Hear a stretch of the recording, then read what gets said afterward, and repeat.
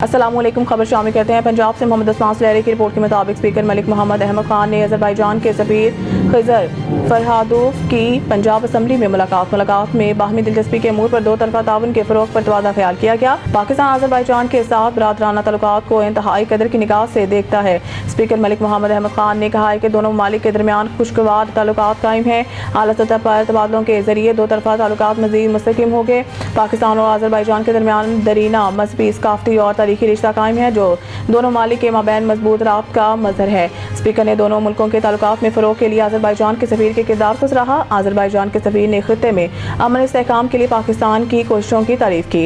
Speaker Punjab assembly Mohammad Ahmad Khan ने कहा है कि मुख्तलिफ शोबों में पाकिस्तान और अजरबैजान एक दूसरे के तजुर्बात से मुस्तफीद हो सकते हैं।